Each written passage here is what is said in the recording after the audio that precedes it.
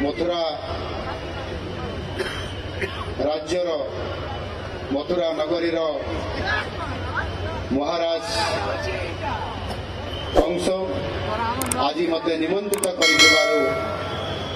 ये राज दरबार को मु निश्चित भाव महाराज को आज ये पवित्र दिन से जनवरी मास 12 तारीख ए दिन को मुझे अपेक्षा करी आपणकर निमंत्रण करेंगे मुझे आसबार सौभाग्य प्राप्त हेली से कंस महाराज महाशय को अनेक अनेक धन्यवाद ज्ञापन करुच्ची। आ गोटे कथा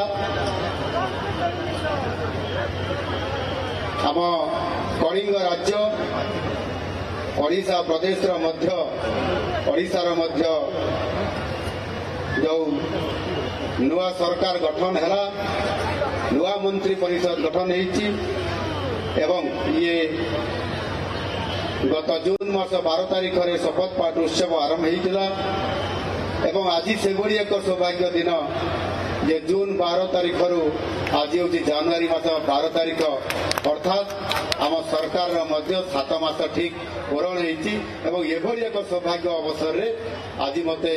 ये मथुरा नगरी बरगढ़ रे उपस्थित रही आपण सहित ये भव्य दिव्य ये विश्व स्तरीय रंग मंच धनुଯାତ୍ରା उत्सव आपण सहित मिशबार जो सौभाग्य प्राप्त है से आज निजक धन्य मन करने सहित समस्त को स्वागत करुच्ची एवं धन्यवाद मो तरफ आपण प्रदान कर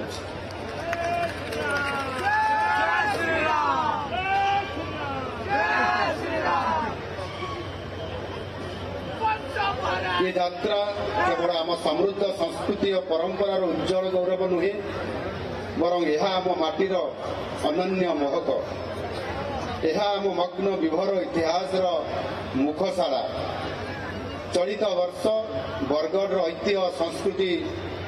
तथा जिलावासी भावावेग को सम्मान जनाई धनुଯାତ୍ରା को आहुरी भव्य एवं आकर्षणीय करने आम सरकार धनुଯାତ୍ରାର अनुदान राशि को जहाँ पूर्व सरकार ताकू 10 लाख टंकार अनुदान ये भव्य उत्सव प्रदान करुले ये मथुरा नगरी महाराज कंसंकर सहित ये नगरी समस्त प्रजा माने जिते बेले या दाबी रखिले यह को अधिक अनुदान प्रदान करने महाराज कंसंकर निर्देश क्रमे 10 लाख टंकार 1 कोटी टंका को आम सरकार वृद्धि कर यात्रार सीधा प्रसारण और व्यापक प्रचार प्रसार स्वतंत्र व्यय बराद यात्रार अंशग्रहण कर प्रमुख 170 जन कलाकार को प्रथम थर कर ये धनु यात्रा महोत्सव अवसर में 10,000 टंका लेखाएं सम्मान राशि प्रदान कर निष्पत्ति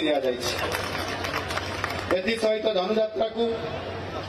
यूनेस्को ऐतिह्य मान्यता प्रदान करने विशेषज्ञ कमिटी गठन सहित धनुଯାତ୍ରା संपर्कित समस्त तथ्य प्रदान करने एक समर्पित वेबसाइट प्रस्तुत कर प्रथम थर राज्यर विभिन्न स्थान में एलईडी परदा माध्यम धनुଯାତ୍ରାର सीधा प्रसारण व्यवस्था एवं विगत वर्ष मानक धनुଯାତ୍ରାରେ अंशग्रहण कर कलाकार किंबा समानक परिवार वर्ग को संवर्धित कर व्यवस्था बंधुगण बरगढ़ में अनुष्ठित होता सर्वजन विदित धनुଯାତ୍ରା लोकनाटक परंपरार एक सार्थक रूपायन